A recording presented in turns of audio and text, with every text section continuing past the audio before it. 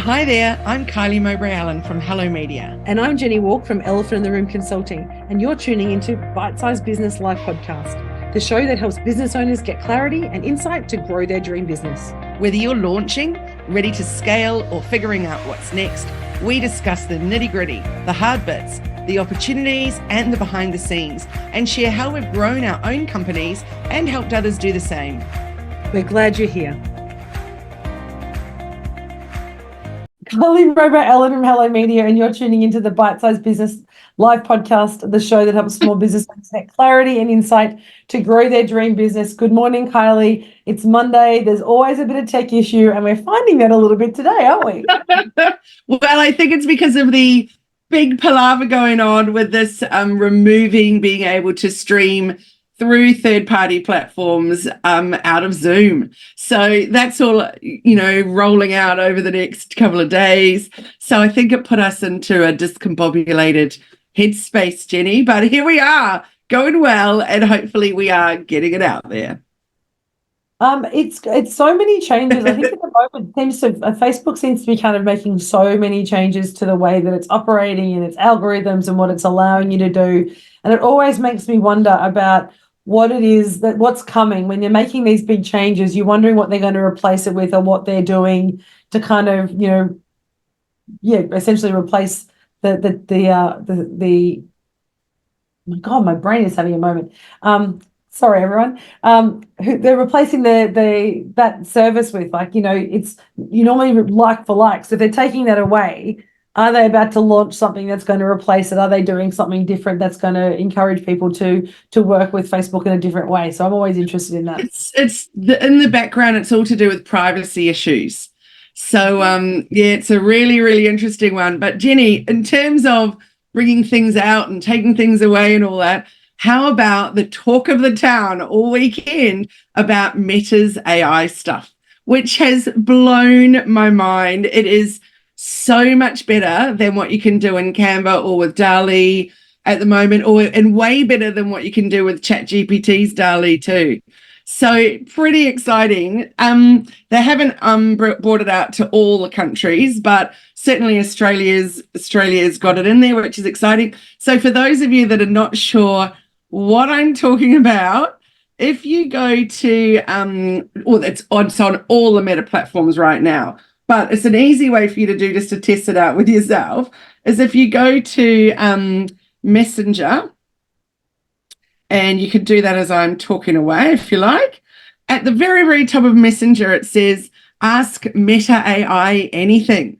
So click on that, and I typed in, here we go, small garden tips, because it was just giving me a suggestion, and it's writing a whole bunch of stuff. But then I was like, wowzers, okay, this is impressive. Let's keep going. So then I thought, let's see what it's going to be like with its images. So I wrote, imagine a dog doing yoga.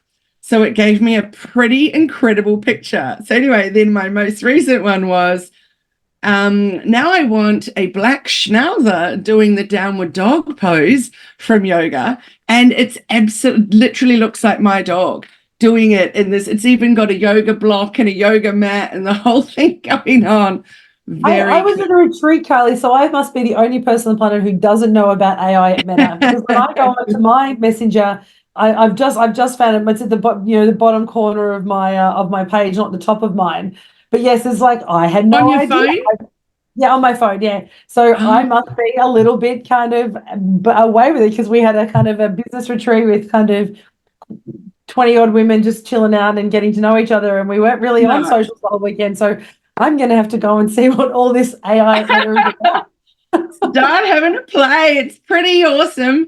And having been, diving into all kinds of different AI platforms, this one here is just really impressive. And it actually didn't just launch this weekend. It launched last year with Llama and stuff, but it's just wasn't that readily available to everyone, whereas now they've literally attached it to every single thing that they have.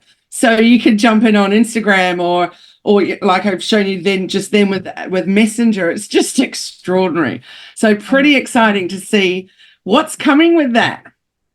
And I think that's, talking about new platforms, new changes, it's that kind of, it's funny when you're talking about privacy. On one hand, we can't do these connections and third-party integrations because of privacy and data sharing. And on the other hand, you can create an AI platform, which is pretty much going to create whatever the heck you want.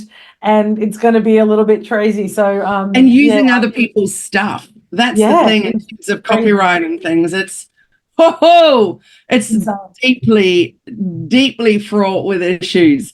So we'll deep dive into that another time. I've been doing lots of AI masterclasses and teaching all kinds of things around it. It's a biggie, that's for sure. But have a play with it and just enjoy it for now before until the next one comes out, right?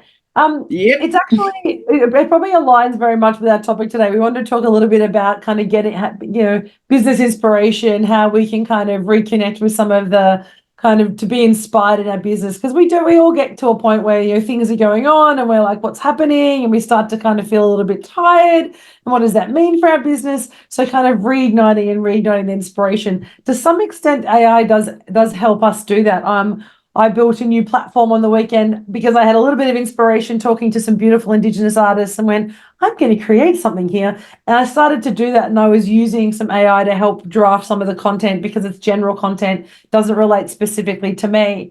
And it's that kind of, all the things that were coming up were quite inspiring. I was looking at, share some cool quotes for that, artists may have shared about the importance of connecting and collaboration. And the coolest, quotes were coming up in the most obscure quotes, and it was really quite inspiring when we think about how we can spark that thought process in our head. And so, AI has a really great power to do that.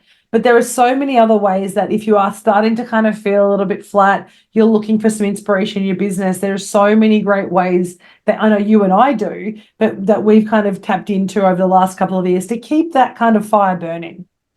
Absolutely. I'm really glad you brought AI up as one of those tools that you can use in that way. So I was working with a client last week, and she's been working with me in different ways over a while, but not as a one-on-one before.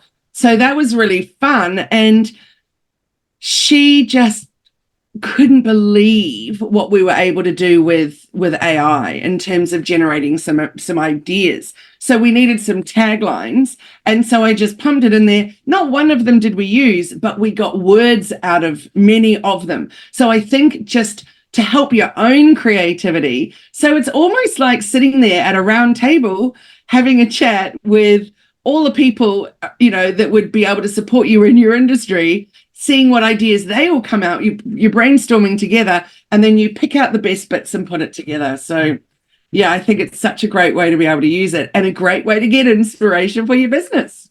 Definitely. So what are the ways that you've used to kind of get inspiration over the last couple of years, Kylie, in your business? Podcasts is a really, really big one for me. I don't listen to them religiously every day or every week or anything. And if I drove more often, I definitely would, because the minute I'm in the car, boom, on goes my podcast. So I might even have like 4 in a row I need to catch up with that are from someone that I really like to follow or something. But some of them are, I can even listen to it again 6 months later because I love it that much and what they offer is so good. So I'm not so much about podcasts for my personal life and hobbies or whatever. For me, it's strictly business, and I just find it so incredibly valuable. So podcasts for me really help spark ideas. What about for you, Jenny? I'm an audiobook fan, to be honest. If I'm kind of having a moment where I need a kind of just to reset, but also just to kind of spark that thought process, for me, I guess the same similar to you with podcasts, but for me, it's listening to audiobooks. So I have a suite of audiobooks that sit on, I use Audible as a platform. There's so many different ones out there, but I've got a number of books that I will drop into and drop in and out of that I've read before or listened to before that I'm now just kind of using as that kind of, oh yeah, I have some questions, I'm thinking about something, what am I going to do? And I pop into that. And so for me, definitely podcasts. I also find I'm not a huge fan of networking. We've talked about it before that I struggle a little bit with the whole networking thing, just because there's that kind of, sometimes it can be a little bit overwhelming. Even for me, someone who's reasonably extroverted, I still struggle a little. But what I do love is if I'm needing inspiration, is finding a bunch of people to sit and have a conversation with and listening to them or asking that question to say, hey, what do you think about this? Or what are you doing at the moment? And actually not thinking about my own stuff. If I need inspiration, instead of going, hey, I'm inspired, one inspiration about XYZ, I'll actually go to talk to someone about something completely different.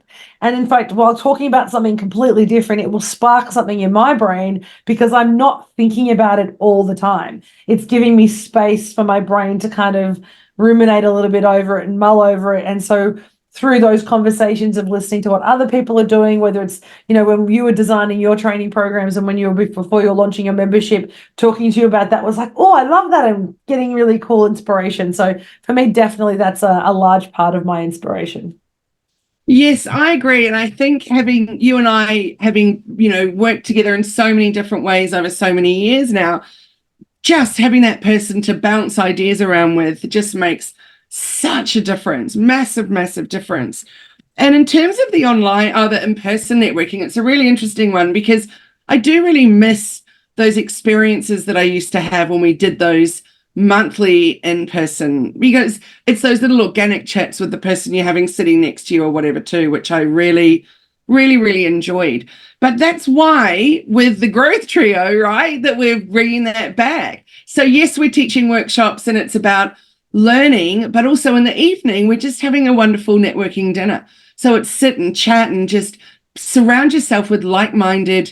In fact, they don't even have to be like-minded, do they? It's just fellow business owners and people trying to grow either their personal brand or a physical brand. So I'm really excited because I think a lot of people are ready for those in-person connections again.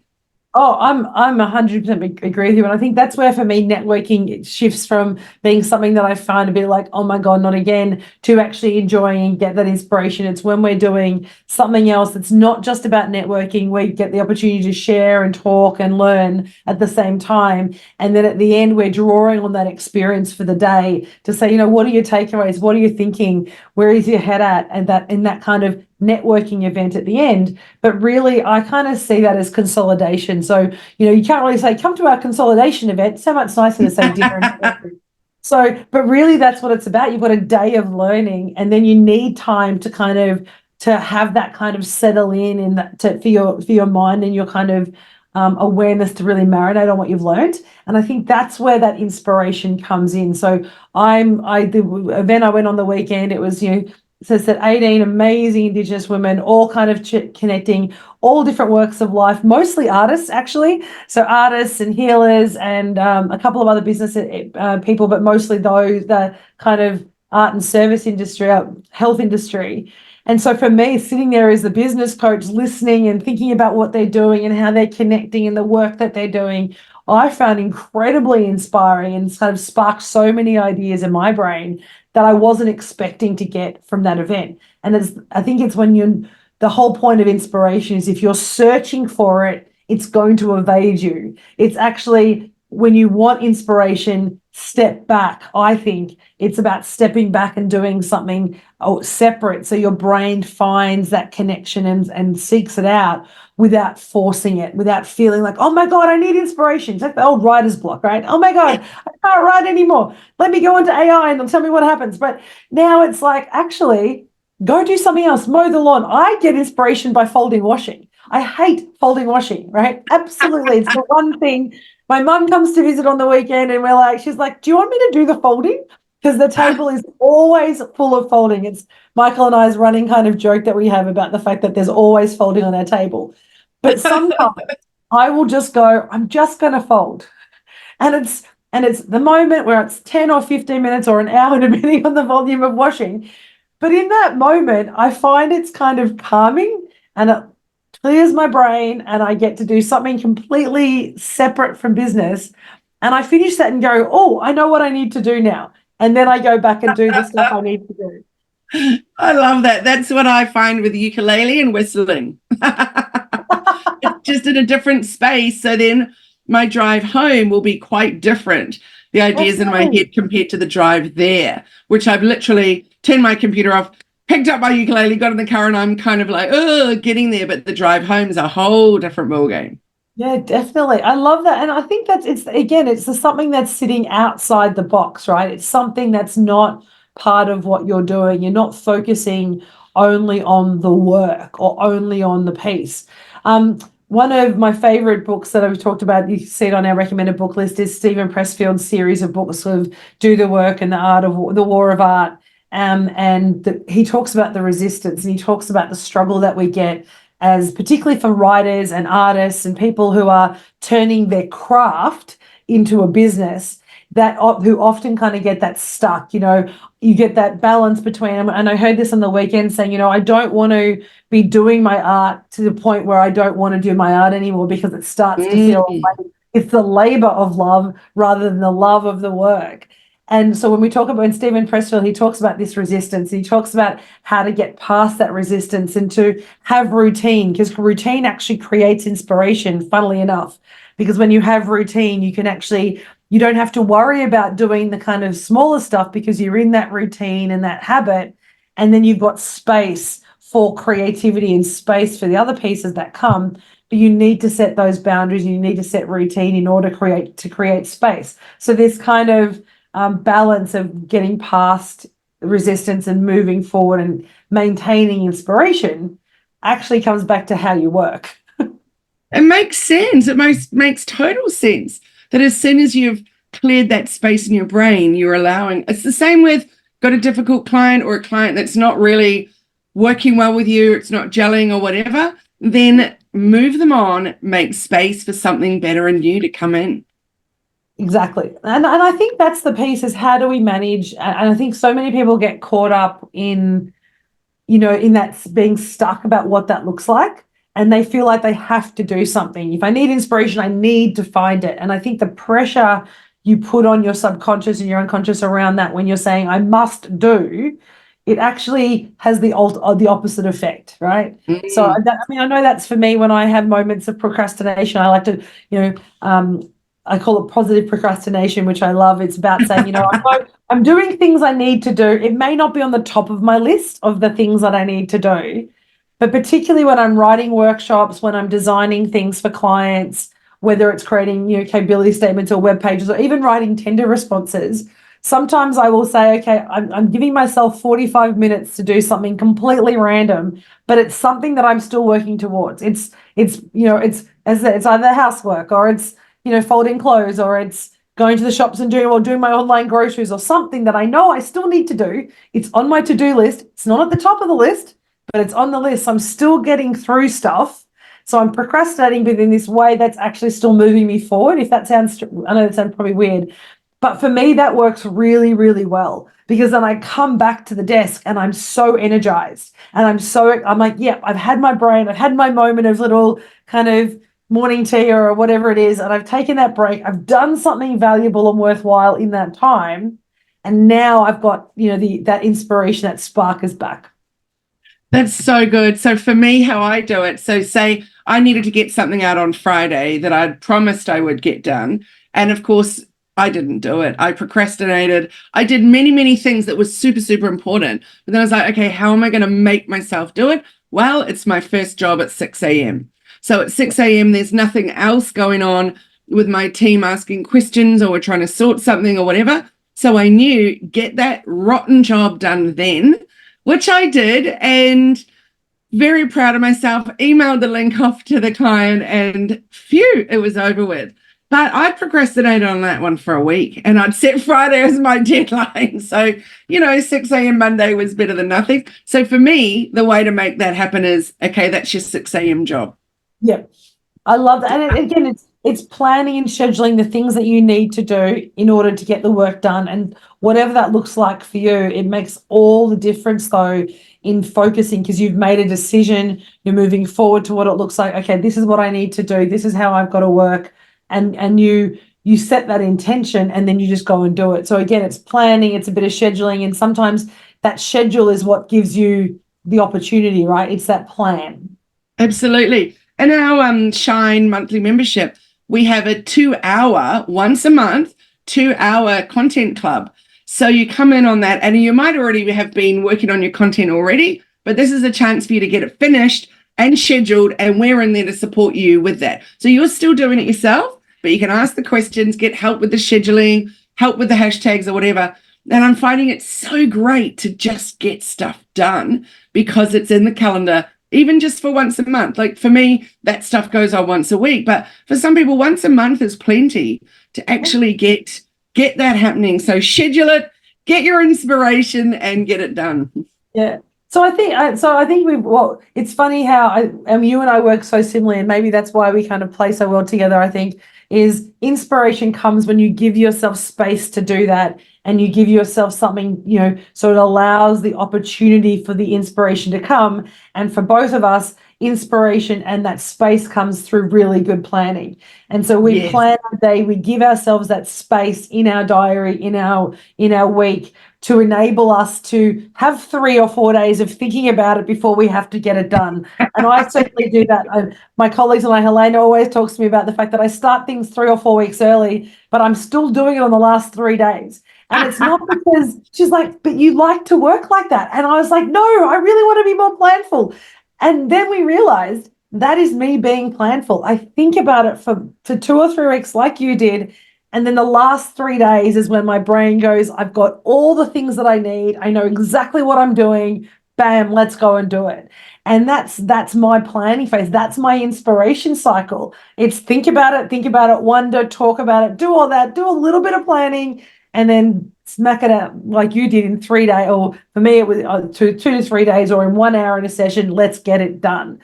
So inspiration doesn't just mean, having to search on Instagram and spending 2 hours going down the rabbit hole of Facebook or Insta or LinkedIn or whatever it is. It doesn't have to be going and, doing something magnificent. It's just space. I think that's the key. Absolutely. Inspiration in business. Absolutely. I totally agree with you. And for me, the way my brain works is that even if it was completely finished the week before, I would still be titivating it the next week, because for me, there's always something more you can do, something more you can add. So exactly. I've always finished it just before. That's right. I love that, Kylie. So, and we've talked a little bit about the fact that we're doing the Growth Trio. For those who are kind of haven't heard, we are very excited to be in person to share some of these tips and share some of these ideas with you. And as you say, to get stuff done. So the inspiration is the whole day. It's the whole day of coming and learning and thinking about your business and hanging out. But it's an opportunity to be inspired by other incredible business owners. I know I certainly do get inspired when I'm sitting in a room of other business owners, listening to their story and going, oh my gosh, this is going to completely change your world when you get your socials right, or you get your head right, or get clarity around where you're going. Those things can really change your game in a business. So can't wait till we get together in person and have those conversations. We've got many of them around Australia this year. So check out on our socials for the Growth Trio, and certainly dive in and register if you're around. Yeah, how fun to meet up with some of our regular listeners and watchers in person in Byron or Sydney or Melbourne or Brisbane. Yeah, I'm really looking forward to it. So great to see you again, Jenny. We've got one more time together next week, and then I'm off for 2 weeks. So yeah, next week I'm excited. I'm excited, and I think I'm away in about 4 weeks' time, but I'm hoping that we can do one of mine. I think I'll be getting off a plane from Las Vegas when we have one, I think in 3 or 4 weeks' time. So I'll be excited. I may still need to do it, so I'll either be completely exhausted or I'll be incredibly energized. So let's find out, people, what's going to happen. I love it. We'll see how we go. Look forward to seeing you next week, though. Thank you for everyone for tuning in to Bite Size Business Life Podcast. To check out Kylie, make sure you go to hellomedia.team. You get all her socials and be able to find all the wonderful ways to connect with Kylie. And Elephant in the Room AU is where you can find me and our business. But we look forward to catching up with you in a couple, or next week. If you haven't subscribed and aren't getting notified when we're on next, make sure you do that on whatever service you're listening to us on. And so you don't miss any future episodes and any of the great tips, and hear about what's happening. Thank you, everyone, for catching up with us today, and we look forward to seeing you next time. Go and have fun with some Meta AI. I'm definitely doing that now. See you. Bye.